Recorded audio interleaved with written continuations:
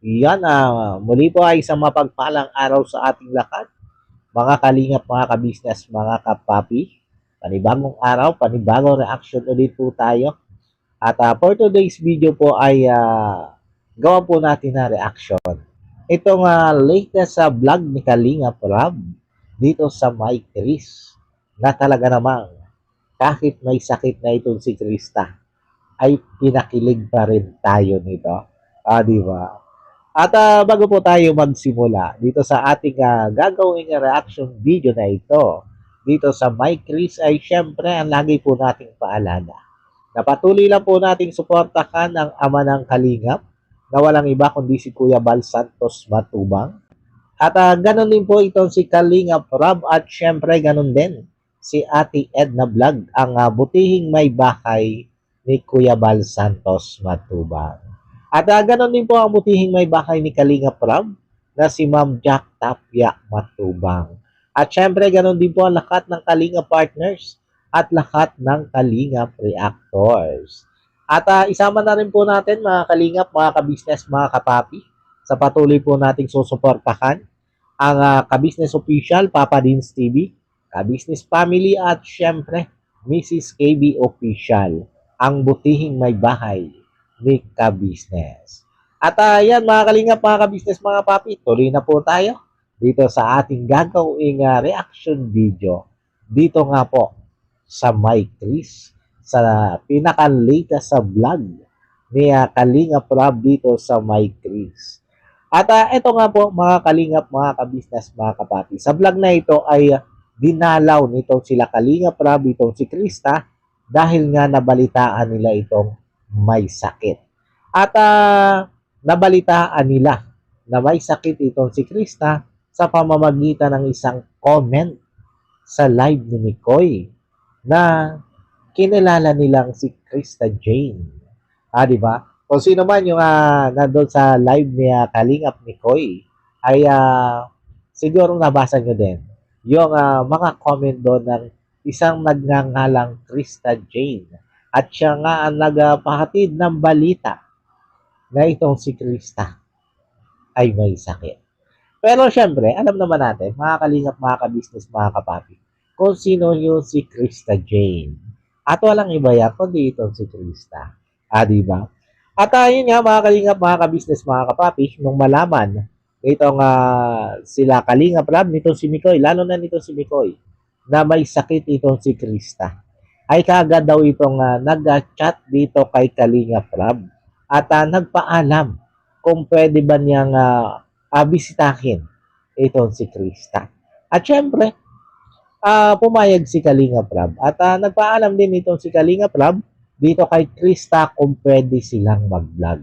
Kasi nung mag-message daw itong si Mikoy dito kay Krista, ay hindi naman daw ito nagre-reply. Kaya itong si Kalingap Rob pa rin nagpaalam kay Krista na pupunta nga sila dito at magbablog.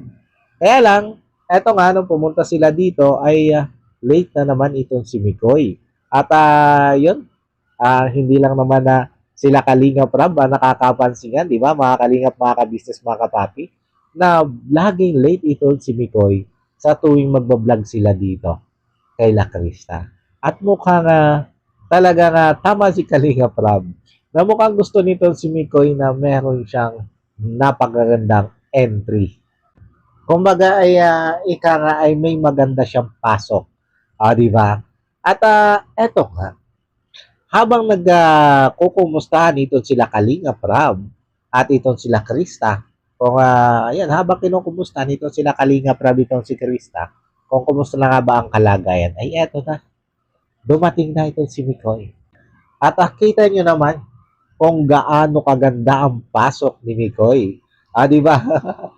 At tingnan nyo din ang itsura ni Krista na talaga naman kahit ika ay pinipigil ang kilig ay hindi pa rin maitago, di ba? Hindi maitago sa itsura ni Krista yung saya. Di ba?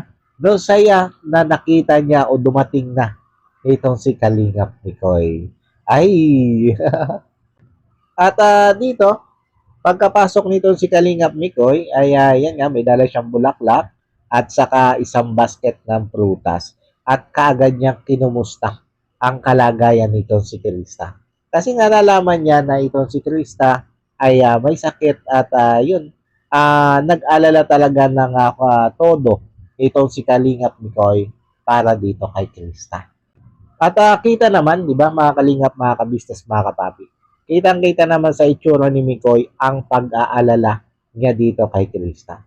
Ang nakakatuwa lang dito, mga kalingap, mga kabisnes, mga kapapi, ay kahit ilang episode pa lang sila na nagbablog, ay ramdam na ramdam mo na yung closeness nilang dalawa. Di ba, yung pagiging malapit nilang dalawa sa isa't isa. Bagamat itong si Krista ay nagpapakita ng ika nga ay mataray na karakter habang sila'y nagbablog, pero ramdam mo yung pagiging close na nila sa isa't isa. Di ba mga kalingap, mga kabisnes, mga kapapi? At kitang-kita mo rin ang pag-aalala talaga dito ni Mikoy kay Krista. At nakita naman natin, o makita ni Mikoy na medyo okay naman ito si Krista, ay mababakas mo din sa mukha nitong si Mikoy na bagamat nag-aalala ay masaya siya na nakikita niyang ganto, na hindi naman ganun kalala itong si Krista. Di ba? At eto, mga kalingap, mga kabisnes, mga kapapi, bahagi ng pag-aalala nitong si Mikoy kay Krista. Ipinagluto ni Kalingap Mikoy itong si Krista ng soup. Di ba? Para makahigop ng soup itong si Krista at manumbalik ang kanyang lakas. At kita nyo naman kung gaano ka-sweet dito itong si Kalingap Mikoy. Mula dito sa pagluluto ni Kalingap Mikoy ng soup para kay Krista, ay talaga namang kitang-kita natin na may kasamang pagmamahal ang kanyang ginagawang soup para kay Krista. At after nga na maluto itong kanyang ginawang soup na ito, ay sinubuan niya ito si Krista. Na ito si Krista nung una tumanggi pa na magpasubo. Kasi malamang nahihiya siya na magpasubo dito kay Mikoy. Kasi nga, sabi nga ni Krista, kaya pa naman niya. Pero itong si Kalingap Mikoy ay pinilit itong si Krista na siya mismo yung magsubo. Sabi nga ni Kalingap Mikoy, siya ang gumawa ng soup at gusto niya ay siya yung magsubo dito kay Krista. Gusto niyang pagsilbihan kahit sa sandali man lang na pagkakataon itong si Krista habang siya may sakit. Di ba? Kasweet naman. Ay hindi, kaya kayo lang gamin yan, Otoy. Ining, ay kasweet nyo ay nakakainggit. Di ba? Di ba, mga kalingap, mga kabisnes, mga kapapi, nakakainggit at mapapasana all ka na lang talaga. Kaya naman shout out sa mga walang jowa dyan. Hanap-hanap na rin kayo para hindi kayo mapasana all na lang. Di ba, mga kalingap, mga kabisnes, mga kapapi? Pero kita nyo naman, napakaalaga pala talaga nitong si Kalingap Mikoy. At napakaswerte nitong si Krista. Kung itong si Kalingap Mikoy, after 3 years, ay siya ang magiging katuluyan nito. Kasi, di ba, sabi ng mama ni Krista, pag 18 na ito si Krista, ay pwede na itong mag-boyfriend. Ay 50 na ngayon si Krista, ay di may 3 taong pang paghihintay itong si Mikoy. Kung talagang love niya itong si Krista. At nakikita naman natin, mga kalingap, mga kabisnes, mga kapapi, sa ikinikilos nitong si Mikoy, ay 1 plus 1 na yan equals 5. Di ba, mga kalingap, mga kabisnes, mga kapapi? Ano sa palagay nyo? Tama ba ako? O tama talaga ako? Kasi yung nakikita ko Kasi alam nyo, mga kalingap, mga kabisnes, mga kapapi, mababasa mo naman yan. Mababasa mo yan sa ikinikilos ng isang tao. Kung ano ba ang damdamin niya para sa kanyang katandem. Katandem nga lang ba? Sa ngayon, oo, katandem. Pero sa nakikita kasi natin na, yan, mabait naman si Krista, maganda, talented. Itong si Mikoy, gwapo, mabait din, talented din. At hindi malayo. Hindi talaga malayo mga kalingap, mga kabisnes, mga kapapi, na magkahulugan sila ng loob sa banda-banda riyan. Lalo na nga nakikita natin na masaya silang dalawa sa isa't isa at komportable silang dalawa sa isa't isa. Pero syempre, alam naman natin na irerespeto nito si Kalingap Mikoy at maging nito si Krista kung ano ang nararapat. Ika nga, alam naman natin na susundin nila kung ano at kung hanggang saan lang ang limitasyon nila. Lalo na nga nakikita natin dito sa katangian ni Kalingap Mikoy ang pagiging responsableng tao. At nakita din naman natin dito kay Krista ang pagiging responsable. Kumbaga, bagamat magkalayo yung kanilang edad, ay nakikitaan natin silang dalawa ng pagiging responsable. At yan naman yung ating aasahan yan, na hindi sila ika nga ay lalagpas sa kung ano man ang limitasyon na ibinigay sa kanila. Di ba mga kalingap, mga kabisnes, mga kapapi? At eto nga, syempre, pag nag-vlog sila, ay hindi mawawala yung kantahan. At alam nyo mga kalingap, mga kabisnes, mga kapapi, sa bawat kinakanta nitong dalawang ito, ay ramdam na ramdam natin na yung mga meaning nung kanilang kinakanta. Kumbaga yung, alam mo yung mga lyrics ng kanilang kinakanta ay may malalim na meaning na talagang alam natin o ramdam natin na itong kantang ito ay buong pusong inikakandog talaga nila sa isa't isa. Lalo na ito si Mikoy, pag kumanta ito para kay Krista, ramdam na ramdam natin na kung ano yung nilalaman ng kanta niya, yun talaga yung gusto niyang sabihin kay Krista. Di ba mga kalingap, mga kabisnes, mga kapapi? At ganoon din itong si Krista. Pag kumakanta ito, alam natin o ramdam natin na yun talaga yung gusto niyang iparating dito kay Kalingap Mikoy. Kaya nga lang ay syempre, hanggang sa kanta na lang muna. Di ba? Hindi muna pwedeng magkaseryosohan. Kasi nga, bata pa ang ating pinakamamahal na si Krista. At ito nga mga kalingap, mga kabisnes, mga kapapi. Dahil diyan sa kinanta ni Mikoy na yan, nasabi ko nga, ay alam naman natin na ramdam natin na ang bawat kinakanta niya ay talagang inihakandog niya ng buong puso dito sa kanyang kinakantahan. Kaya naman nagtanong dito si Krista kung bakit nga ba itong kantang ito ang napili ni Mikoy na ihandog dito kay Krista. Eto, panoorin po natin. Itong aking kinuhang clip video. Oo nga pala. Bakit yun yung napili mo? Parang ang lalim ng kahulugan Diba? Sabi ko naman sa inyo, na kung tayo nga nararamdaman natin na may mga kahulugan ang bawat kanta dito si Mikoy, ay si Krista pa kaya na siya mismo yung kinakantahan. At eto ang sagot ni Mikoy. Alam mo kasi, itong pagsasama natin, simula't una hanggang ngayon, minahal ko na to eh.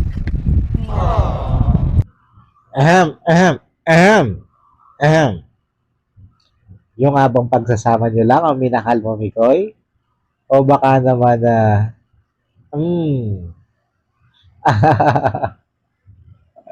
ano sa palagay nyo? Eto, tuloy lang tayo. Okay. Naniniwala ka ba hanggang doon lang? Siguro. Yan di ba? Yan na yung mga tanong na ika nga may mga mas malalalim na kahulugan. Di ba mga kalingap, mga kabisnes, mga kapapi? Napaka makahulugan ng tanong na yon dito si Mikoy. Na anong sa palagay mo? Di ba? Ano nga ba sa palagay nyo? Mga kalingap, mga kabisnes, mga kapapi, hanggang doon na nga lang ba yun?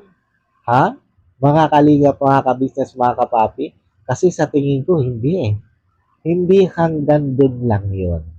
At may mas malalim pang gustong mangyari. Itong si Mikoy. At kung ano man yan ay yan ang ating mga pakasusubaybayan sa mga susunod na episode, di ba? Pero hindi pa nagtatapos yung ating reaction video, ha? Dahil bukod yan sa kantang yan ni Mikoy, ay nasundan pa ng isang kanta na magkaduet naman silang dalawa. Na ang sarap lang panoodin itong dalawang ito habang magkaduet. Yung mga alam nyo habang kumakanta sila, ay kikiligin ka na lang. Yung bang tipong nakangiti ka na lang habang nanonood sa kanila. Di ba? At masasabi mong, ay kainaman. Ay bagay na bagay talaga silang dalawa. O di ba ka? Mga kalinga, mga ka-business, mga kapapi, ay ika nga laang ng aking mamay, ay pagkagar ni Kaswet, ang dalawang magka-asing irog, ay talaga namang nalalapit ang magmamantika na ang ating mga bibig. O di ba ga, mga kalingap, mga ka-business, mga kapapi. At saka kita nyo, mga kalingap, mga ka-business, mga kapapi. Dito, habang magkaduwit sila, ay hindi mo na mararamdaman na itong si Krista ay may sakit. Bigay na rin talaga siya dito, di ba? At malamang ay ika nga ay nadagdagan yung kanyang energy doon sa nilutong soup nitong si Kalingap Mikoy. At syempre gano'n na rin sa mismong pagdalaw sa kanya nitong si Kalingap Mikoy. Ay kainaman. At ari pa, mga kalingap, mga ka-business, mga kapapi, at talaga namang itong si Mikoy ay ika nga ay hindi natin alam kung sinadya baga o nadulas laang talaga. Eto, pakinggan natin ang binagong lyrics nitong si Mikoy. Nakabahan ka ba? Si Chris ang aking mahal. Ay talaga laang ay kitang-kita ang pagkagulat nitong si Krista doon sa lyrics na yon ni Mikoy, o di ba? Di ba naman sa inyo, mga kalingap, mga ka-business, mga kapapi, na tila itong si Krista ay natulala doon sa iba ng lyrics na ginawa nitong si Mikoy. At ito si Mikoy ay medyo ika nga ay nabigla din. Kung bakit ganon, nabigla niyang nabago ang lyrics ng kanyang kinakanta. At agad naman siyang humingi ng paumanhin dito kay Krista kung nadala man daw siya doon sa kinakanta niya. Nadala lang ba talaga? O sinasadya mo na? Ano bang totoo, Kalingap Mikoy? Yan ba'y bahagi ng parinig? O talagang nadala ka lang ng kanta? Di ba? At ito, mga kalingap, mga ka-business, mga kapapi, syempre, hindi pa dyan natatapos yan. Dahil may ganting kanta ito si Krista dito kay Mikoy. At ito, yung bumulabog sa lahat, na masasabi natin talaga namang may sakit pa yan, ay lalo na kung wala. Di ba ga? At sa kanta nga nito si Krista, na di bali na lang by Gary Valenciano, ay talaga namang hindi lang niya napatayo ang lahat, napaindak pa niya. Lalo na nga nung nag-rap itong si Krista, talaga namang ang buong Kalingap team na nandito ay napapalakpak at napahiyaw ng Krista. Di ba? At ito yung nagpatalo na naman kay Mikoy. At yan, mga Kalingap, mga ka-business, mga kapapi. Pagkatapos nitong kantahang ito, ay hindi nawala ang mga blessing na talaga naman sabi ko nga ay simula na nagkaroon ng tandem, itong may Chris, ay inula na talaga o binagyo na ng blessing itong si Krista at si Mikoy. At hindi lang silang dalawa, kundi pati itong mga Kalingap team na kasama dito sa pagbablog na ito ay naaambunan din ng blessing galing sa mga supporters ng Mike Chris. Diba? At ito yung sinasabi natin, mga kalingap, mga ka-business, mga kapapi, na magandang benepisyo sa mga beneficiary ni Kalingap Rab na nagkakaroon ng tandem o love team. Diba? Ang talaga namang napakaraming blessing ang dumadating. Kumpara dun sa mga beneficiary ni Kalingap Rab na walang love team. Kaya doon sa mga hindi nakakaunawa ng ginagawa ni Kalinga Prab na paglalab team na ito, pagtatandem, shout out na lang sa inyo. Di ba? At hindi pa yan yan nagtatapos. Eto, may kasunod pa. Meron pa tayong clip video dito. At eto, isunod na agad natin. Pero, Hmm. bago magkalimutan, ano natin yung gusto mong sabihin kanina? Di ba may gusto kang sabihin, udlot lang kasi lumabas tayo. Anong gusto mong sabihin? Kaya pala inaya mo ako dito eh. Kasi, syempre, baka hindi mo rin sabihin din. Bakit? Ano bang gusto mong sabihin? Sure ka? Gusto mo na malaman? Teka. Ano ba to? Ano ba itong gusto sabihin ni Kalingap Mikoy na ito? Parang nakaka-intriga. Bakit? Parang hindi pa to yung time eh. Bakit? Ano bang gusto mong sabihin? Episode 9 pa lang tayo. Ano nga kasi yan, Kalingap Mikoy? Sabihin mo na kasi. Anong gusto mong sabihin? Sure ka? Mm.